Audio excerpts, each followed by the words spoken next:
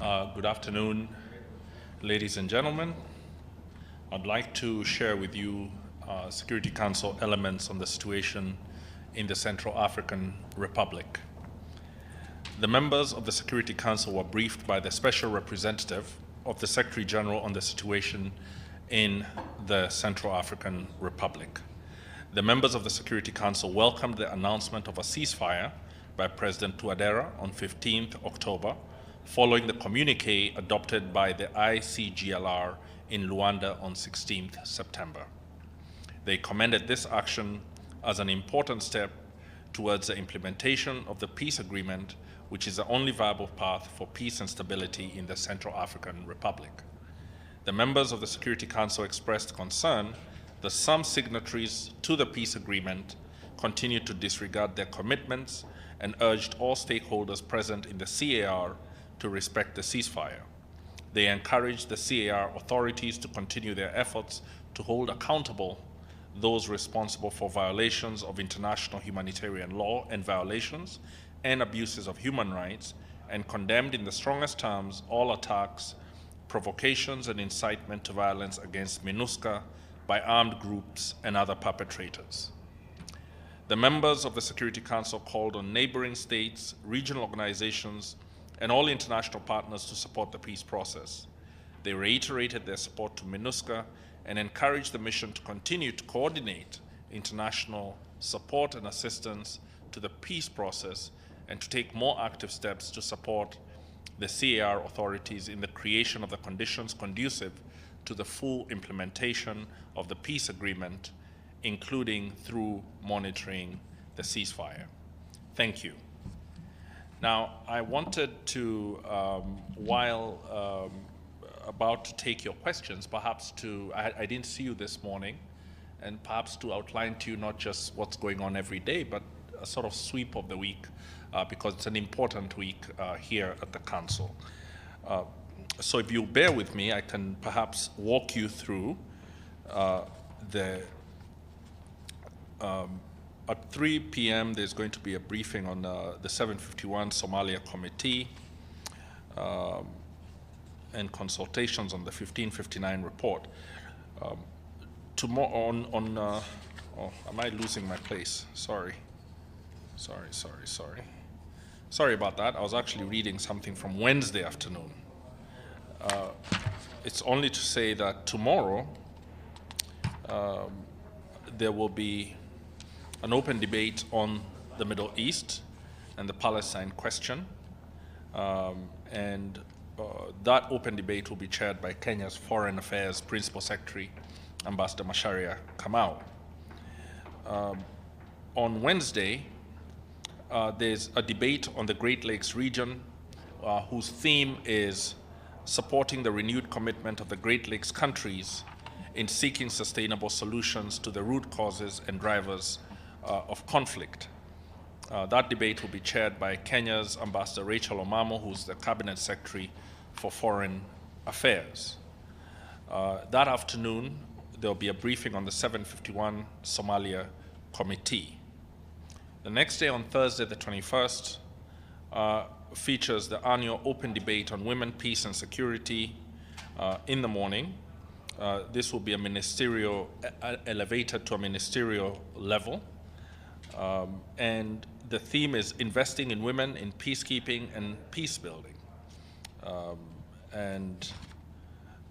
We expect there to be a larger than usual number of countries contributing to the debate. And so this perhaps shall be another milestone in the opening up of the Security Council to members of the United Nations and not just members of the Security Council. On the 22nd to the Friday the 22nd to the 26th, there's been as you know, there's a scheduled trip to the Sahel, to Mali and Niger, that is scheduled to be happening, and we are still undertaking final planning around the scheduling of that meeting. And the moment we have any further information on the exact scheduling, we will let you know. Let me now open up to questions. Mr. President, when are you going to meet with the President of Mali? Because I heard last week he did not want to meet you when you wanted to meet him. As I said, we are still in the midst of working on the scheduling for that trip, and I will give you information the moment that I have it. But I do not have information to share in terms of the specific meetings and schedule of those days. So I will let you know the moment I have it. I'll come back to you. Let me go to James.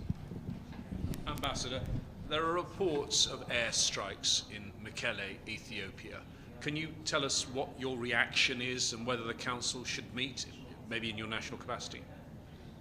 Thank you for that question. I will answer it in my national capacity. And number one is Kenya continues to be concerned about the continuing violent confrontations in the Tigray region and other parts of Ethiopia.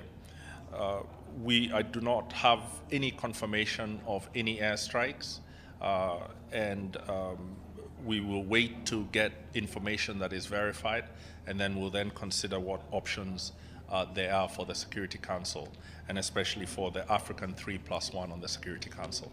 Thank you. Thank you, Mr. Ambassador.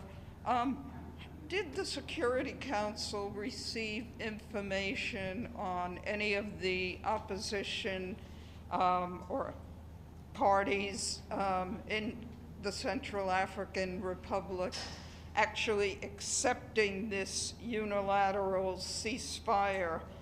And what are your expectations in terms of the Central African Republic keeping the bilateral forces that it has engaged, including mercenaries from Russia's Wagner Group, who have been sharply criticized by some members of the Council?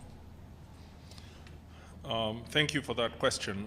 As President of the Council, I think I should speak to the press elements that have been agreed.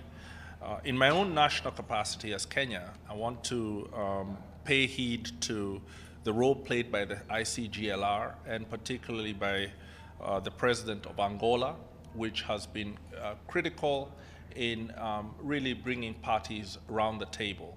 I think the role played by the regional organization and by the regional leaders reinforces the point that the African 3+1 and Kenya keep making, which is that the way the Security Council works with the African Union and regional economic communities is critical to us being able to deliver peace and security.